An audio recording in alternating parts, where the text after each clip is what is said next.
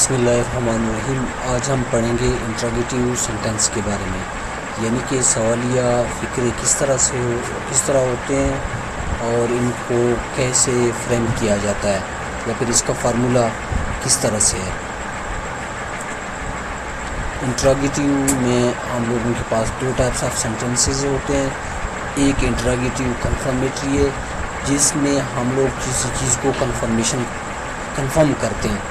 For example, इसका जो formula है, सबसे पहले हम लोग हेल्पिंग वर्ब लगा लेते हैं। हेल्पिंग वर्ब के बाद सब्जेक्ट आ जाता है। सब्जेक्ट के बाद हम लोग वर्ब पुट करते हैं। उसके बाद फिर ऑब्जेक्ट का इस्तेमाल होता है। एट द एंड हम क्वेश्चन मार्क यूज़ करते हैं। In this type of sentences answer will be in no और यस, यानी कि फॉर एग्ज़ाम्पल कोई क्वेश्चन करता है कि डू यू प्ले क्रिकेट,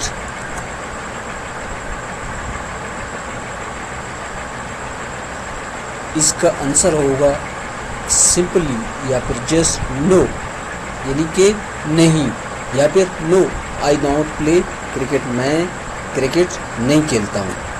दूसरी टाइप्स जो है, अक़साम जो है इंट्रोगेटिव का, वो इंट्रोगेटिव इन्फॉर्मेटरी है।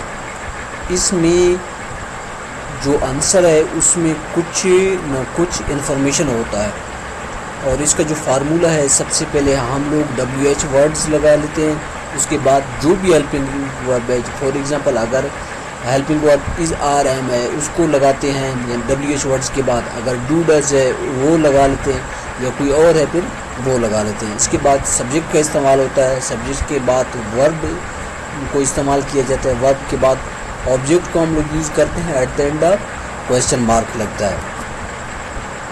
अच्छा, in this type of sentences answer will be informative और answer will be in detailed answer होता है। किस तरह से, चले एग्जाम्पल देख लेते हैं।